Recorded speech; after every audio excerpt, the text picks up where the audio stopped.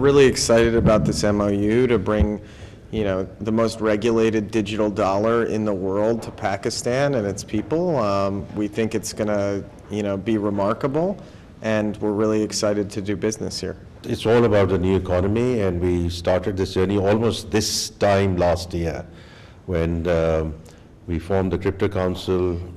Bilal took the leadership on that, and then we graduated fairly quickly, having learned from the White House. We are very grateful to all the support that we got from the US under President Trump. The legislation which was going on there, whether it was the Clarity Act or the Genius Act, etc., it allowed us to really figure out our own legislation here. And then with Piwara, under, again now Bilal is the chairman of that, the first NOCs have been given. With Binance, we have the first MOU also in December with respect to the tokenization discussion. And now with this MOU, we, from our perspective, we just take it to the next level.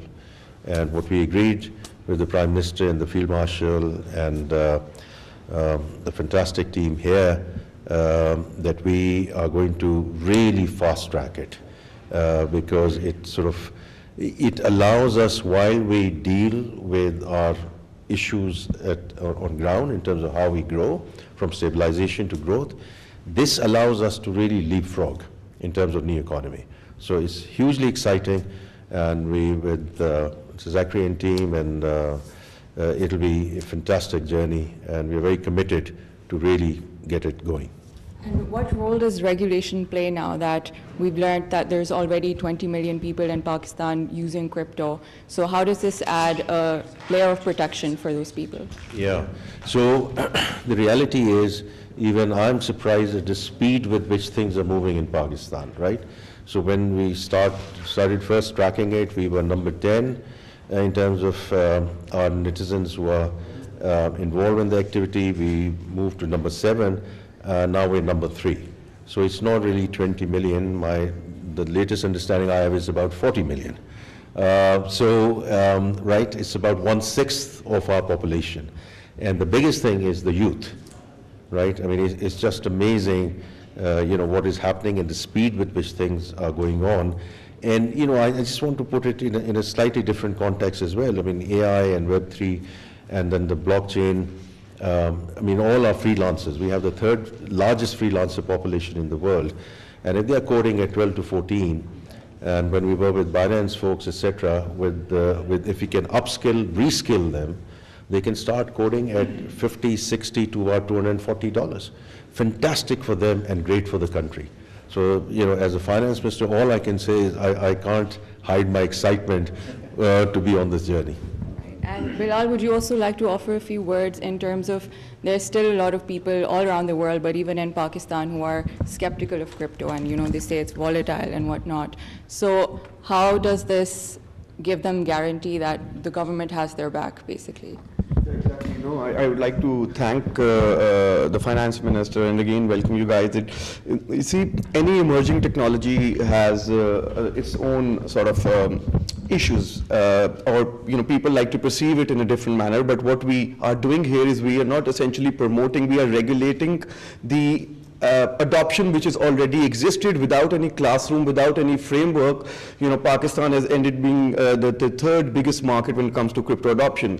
And in terms of the regulations, at the start of the year, as the Honorable Finance Minister said, we kicked things off, but now we've essentially put Pakistan on the map. And this, the trip with World Liberty Financial and the MOU is a testament to how Pakistan is creating an enabling environment and providing the opportunity to serious players in the industry to come and do things in a risk mitigated manner for the youth of this country. I just love the speed at which you guys, from our last visit to now, it's just a testament to just your guys' ingenuity and fortitude to go forward on this and look at your people as this is the best for them, and constantly putting them first. We see a lot of bureaucracies around the world forget about that, and they're always put last. So watching them get put first is a beautiful thing, and we hope to usher in a whole new arena with you guys and expand the amazing asset that this country already has.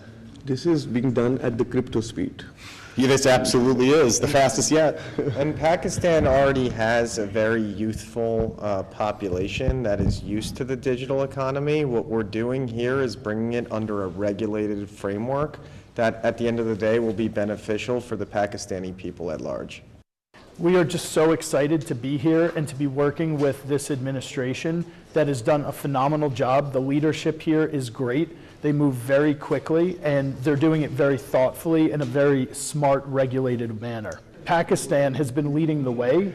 They've been right neck and neck with the US in terms of adoption, and Pakistan is actually one of the largest users of digital currencies today. Pakistan has always been at the forefront. Now it's just time to bring it into a regulated ecosystem where essentially it's regulated and it's adopted for mainstream use. There's $20 to $25 billion of digital assets held by Pakistani residents that currently exist outside of the system. These funds are unregulated, they're untaxed, and the people of Pakistan don't have the ability to actually bring it into their bank account and spend it through the traditional means, which forces them to go to black and gray market vendors where they're paying way too much for being able to convert it to local currency, and it creates this network of distrust. So instead, by bringing USD1 here and integrating our foreign exchange model, it allows Pakistan to be able to regulate all of this transactions that are happening to the tune of billions every year, and it also allows it to be taxed with a very strong compliance and AML screening policy. And if you were to put it simply for a common Pakistani, how would they benefit from this? So right now, if Pakistanis want access to US dollars, if they want to send money to friends and family around the world, they're forced to pay way too much money, and all of that money is going into the hands of gray and black market brokers who are essentially overcharging them for access to the US dollar. By bringing USD1 here in collaboration with Pakistan, it gives them access to be able to send money to friends and family around the world, as well as receive money from friends and family all around the world, and convert it into Pakistani rupees at a fraction of what they're paying right now. So they'll be able to do it right within a mobile app or with their direct connection to their bank account, and they'll be saving a ton of money while doing it.